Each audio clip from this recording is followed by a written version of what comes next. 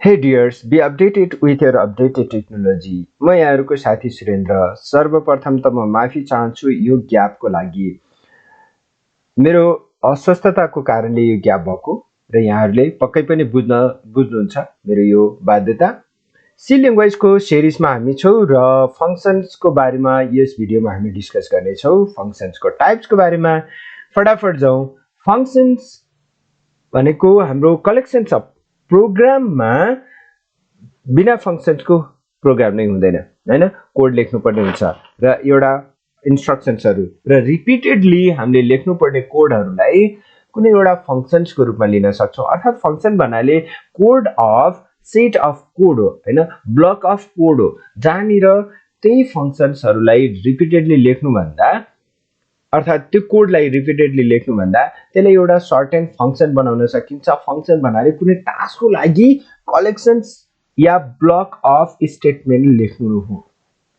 अर्थात यो एउटा भनेको सानो सानो प्रोग्राम हो। सानो सानो प्रोग्राम सानो सानो टास्कको लागि बनाइएको प्रोग्राम हो हैन, जसलाई हामी ब्लक अफ कोड पनि भन्न सक्छौं, स्टेटमेन्ट भन्न सक्छौं, जुन पर्टिकुलर टास्कको लागि बनाइएको हुन्छ र यसले त्यतिखेर मात्र काम गर्छ जब हामीले यसलाई कल गर्छौं। So that is the functions. So हरेक प्रोग्राममा कम्तीमा एउटा त फंक्शन त हुन्छ हैन।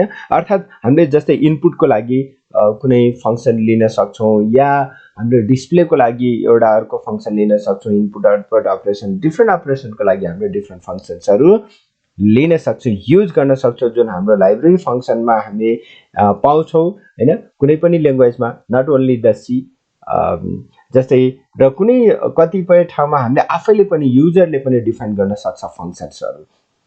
सो प्रोग्रामिङ डेभलपिङ ल्याङ्ग्वेजको लागि हामी यी फंक्शन्सहरु पाउन सक्छौं, यी फिचर्सहरु पाउन सक्छौं। सो यो एउटा सेल्फ कन्टेन्ड अर्थात इन्डिपेन्डेन्ट सेक्सन हो, एउटा सानो पार्ट अफ प्रोग्राम हो हैन। अर्थात स्मल प्रोग्राम नै हो यो एउटा, जसलाई हामीले कुनै पर्टिकुलर टास्कको लागि कोड गरेर बनाएको हुन्छौं, जसलाई हामी रियुज पनि गर्न सक्छौं, रिकल गर्न सक्छौं। So why we need the functions, जस्तै यो फंक्शन बनाउनुको कारण के हो हैन। जस्तै अब हामीले इनपुट लिँदै छौं, इनपुट आउटपुट अपरेसन्सको लागि मेनली मैले यहाँ फोकस गर्दै छु। जस्तै र डाइरेक्टली हामीले जस्तै स्क्यानएफ युज गर्न सक्छौं, गेट्स युज गर्न सक्छौं, गेट्स गर्न सक्छौं हैन। त्यसै गरेर हामीले आउटपुट अपरेसनको लागि प्रिन्टएफ गर्न सक्छौं।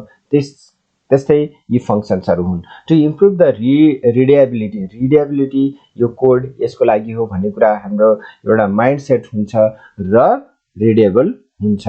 अनि इम्प्रुभ द रियुजेबिलिटी हैन, त्यसलाई फेरि हामीले त्यही कोडहरुलाई रिपिटेडली लेखिराख्नु परेन, त्यसलाई हामीले कल गर्न सक्छौं, डाइरेक्टली युज गर्न सक्छौं, रियुज गर्न सक्छौं।